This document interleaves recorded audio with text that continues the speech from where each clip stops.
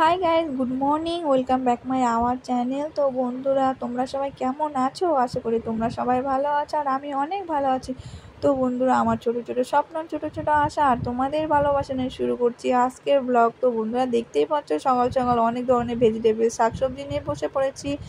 তো বন্ধুরা, এগুলো দিয়ে একটা নিরামিষ সবজি হবে, কেননা আজকে মার মন্দিরে হলো খিচুড়ি ভোগ নিবেদন করা হবে, কারণ আজকে সোমবার, আজকে লাস্ট সোমবার পড়ে গেছে তাই। আর প্রত্যেক মাসের শেষে আমরা মা দুর্গার মন্দিরে হয় কোনো দিন পায়েস, নিরামিষ সবজি বা খিচুড়ি, যে কোনো একটা জিনিস মাকে দেই। তো বন্ধুরা, আজকে করা হবে খিচুড়ি প্রসাদ। এই দেখো, এখানে ডালও ভিজিয়ে রাখা হয়ে গেছে। আর জানো তো, সবজি কে কে কাটছিল? আমার মেজদি, আমার ভাগ্নি, এই যে দেখতে পাচ্ছ আমার মেয়ে দাঁড়িয়ে আছে, আর ওই সাইডে আছে বৌদি। তো ওই দেখো আমার ভাগ্নি এখন একটু শখ করে কাটছে, ওই দেখো বাঁধাকপি দেখাচ্ছে। আর হলো এই সাইড হলো যে দিদিকে দেখছো, দিদি হলো এটা হলো আদা ছুলছিল। তো বন্ধুরা দেখো, আমাদের প্রায় সবজি কাটা হয়েও গেছে, আর একটু বাকি আছে। তো আর এদিকে দেখো, বৌদি কাটার পরে সবজিগুলো ধুয়েও নিচ্ছে। তো আজকে মার মন্দিরে যে আজকে বলছে যে খিচুড়ি রান্না করা হবে আর একটু নিরামিষ সবজি। আর এদিকে দেখো, বৌদি হলো খিচুড়িতে দেওয়ার জন্য বাদাম ভেজে নিচ্ছে।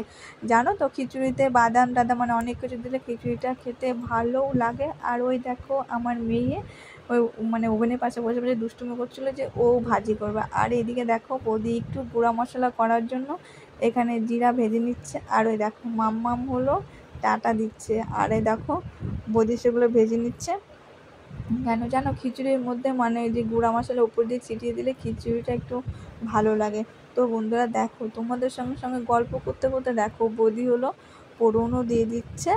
আর এই যে দেখো, এটা তোমরা তো জানোই কী কী ফোড়ন দিতে লাগে। তারপরে বৌদি হলো নিরামিষ সবজি এক এক করে দিয়ে দিচ্ছে ধুয়ে। তো বন্ধুরা, তো দেখো সব কিছু প্রায় দিয়েও দিয়েছে।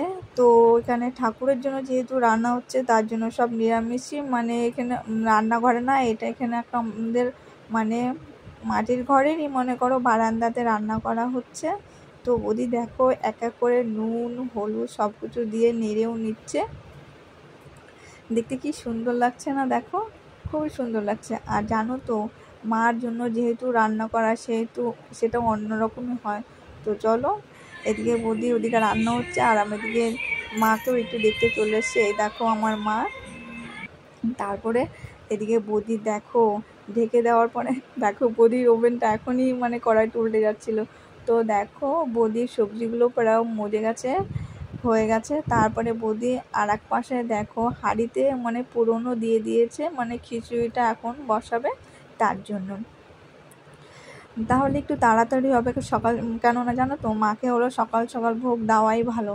তো দেখো বৌদি প্রায় তাড়াতাড়ি করছে, কেননা সকাল সকাল ভোগটা দেওয়াই ভালো মার মন্দিরে। তারপর দেখো বৌদি চাল ডাল সব কিছু দিয়ে দিয়েছে। আর এদিকে মাম্মাম জিদ করছে যে ও পূজা করবে। তারপরে দেখো ঘরটা সবে গুছিয়ে গেছে, তো চলে আসছে বাবার মাথায় জল ঢালার জন্য। দেখো ও একা একাই দিচ্ছে, তো আমি ক্যামেরা করছিলাম। দেখো দেখছো কি সুন্দর করে দিচ্ছে, আমি একটু বলে দিচ্ছিলাম আর ও দিচ্ছিল। তো চলো, ওই দেখো লিঙ্গের উপরে জল ঢেলে দিচ্ছে। তারপরে এই যে বেলপাতা ছিঁড়ছে বেলপাতা দেওয়ার জন্য।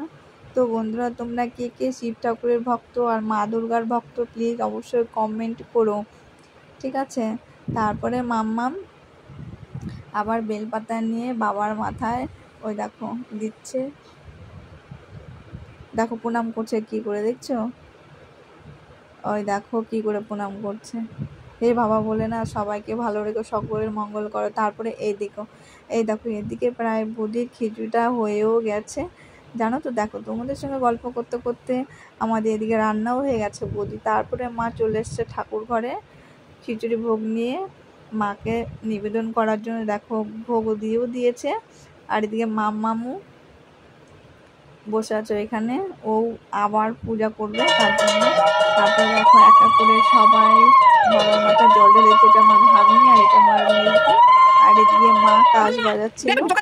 তারপরে যে বাবাও চলে এসছে। তারপরে দেখো আবার আমার মেয়ে আবার বাবার মাথায় জল ঢালছে। তো বন্ধুরা, তোমরা কিন্তু অবশ্যই কমেন্ট করো, ঠিক আছে, যে আমার ভিডিওটা কেমন লাগলো। অসংখ্য ধন্যবাদ আমার ভিডিও দেখার জন্য। ভালো থেকো।